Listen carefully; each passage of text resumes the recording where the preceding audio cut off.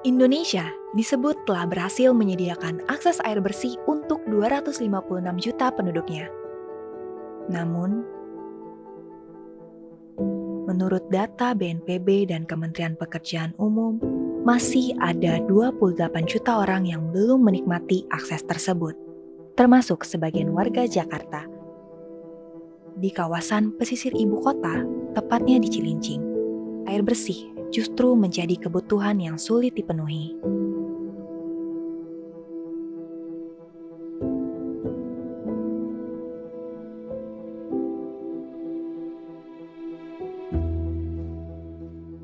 Tinggal di sini udah lebih dari 20 tahun. Tinggal di sini sudah 10 tahun lebih. Dari sumur. Kalau dari sini sih kebanyakan pada dialirin pakai air itu, pakai apa? Sanyo. Ya untuk mandi sama nyuci aja, nyuci piring gitu doang. Tapi kalau emang lagi kotor ya kotor, tapi waktunya bersih-bersih gitu. Setiap ada air hujan kan itu dimanfaatkan untuk menadangin air, untuk kayak nyuci, ya kan lumayan aja. Kalau untuk pribadi belum ada pump pribadi.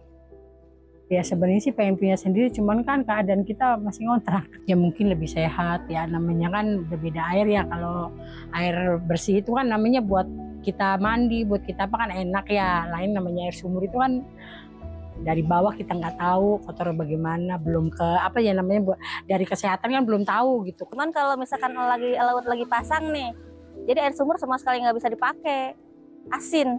Soalnya kan posisinya dekat laut. Sering sih sebenarnya komplain ya, cuman kan dari sananya kadang responnya tidak sesuai yang kita harapkan. Jadi lebih baik kita daripada terus-terusan komplain kan, adalah lebih baik beli saja dari tukang air. Di tengah keterbatasan, harapan tetap hadir bersama suara decit roda dari gerobak tukang air bersih keliling.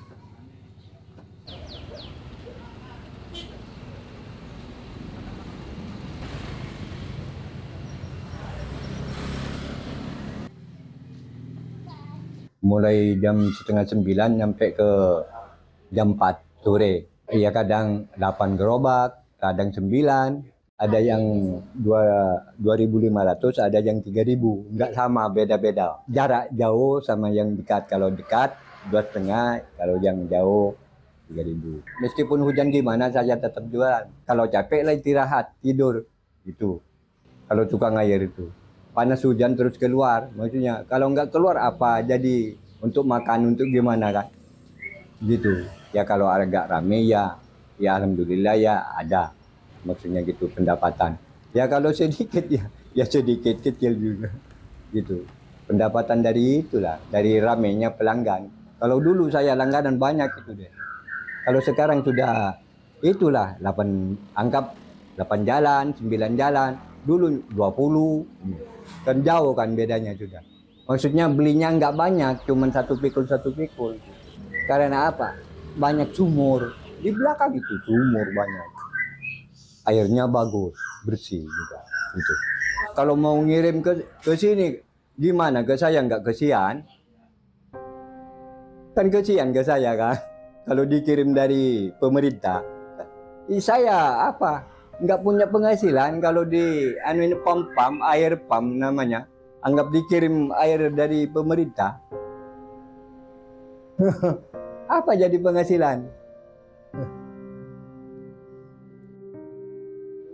Kebutuhan air bersih kurang untuk daerah Cilincing.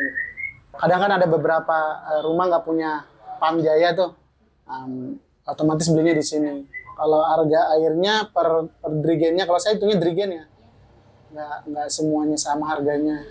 Kalau untuk yang kecil-kecil itu 1.000. Kalau yang masyarakat yang beli lagi beda lagi harganya, bisa 2.000 per drigen.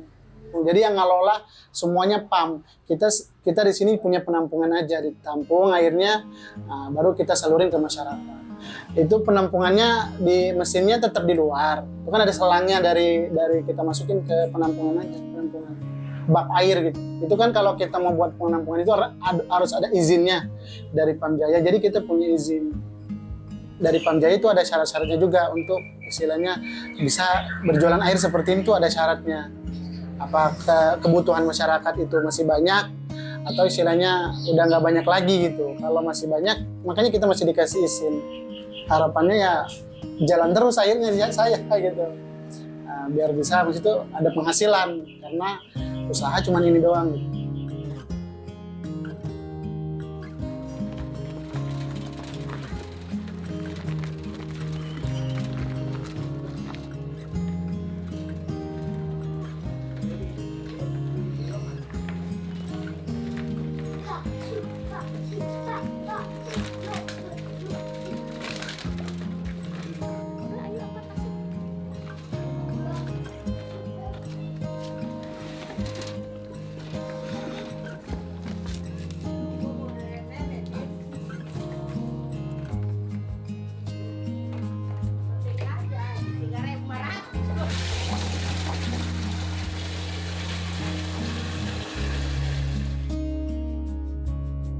Dua gerobak dalam satu hari. 5.000 satu gerobak, isinya 5 grigen, 20 liter. Buat mandi, kadang buat masak juga, buat cuci motor. Kita beli orang lewat tuh yang pikulan kita rebus dulu kalau buat bikin teh, kopi. Karena lebih murah sih, terus gampang didapat juga, jaraknya juga nggak terlalu jauh sih, dekat. Ya kalau untuk saya karena saya kan nggak terlalu sering juga ya beli ya, mungkin kalau bagi saya sih ya insya Allah nggak keberatan gitu. Maksudnya nggak digunain bener-bener full sehari gitu semua pakai itu kan enggak. Iya pernah ada pemasanan gratis ya, cuman karena memang dananya belum ada jadi belum sempat pasang. Jadi sebenarnya diskonnya bisa jadi diskon, bukan gratis, 300.000. Ya kalau memang mau ada bantuan masuk air pump gitu sih ya nggak apa-apa, dari pemerintah kayak apa dari siapapun gitu, kalau mau bantu kita dengan gratis apa cuma karena kita kan pengontrak gitu ya nggak apa-apa, yang diharapin mah ada bantuan. Kalau misalkan lancar ya lebih baik pump sih. Harapannya sih biar lancar aja ya pumpnya, agar lebih memudahkan masyarakat di sini untuk mendapatkan air bersih. Di tempat ini, air tidak hanya tentang kebutuhan, tapi tentang pilihan, perjuangan, dan bertahan. Setiap langkah kaki, setiap tetes air yang dibawa adalah harapan kecil yang terus bergerak. Tapi, sampai kapan harapan yang harus didorong seorang diri? Di satu sisi, ada yang percaya bahwa air bersih adalah hak. Seperti udara, seharusnya ia mengalir tanpa syarat ke setiap rumah. Tak perlu dibawa dari jauh, karena yang layak tak seharusnya diperjuangkan. Namun, di sisi lain, ada roda-roda yang terus berjalan. Di balik setiap cirijen, ada perut yang harus diisi.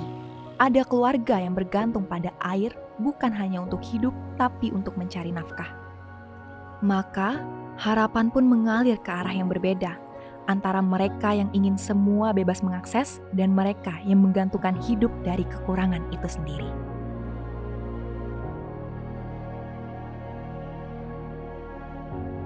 Di tengah langkah yang terus berjalan, bisakah harapan tumbuh tanpa ada yang harus dikorbankan?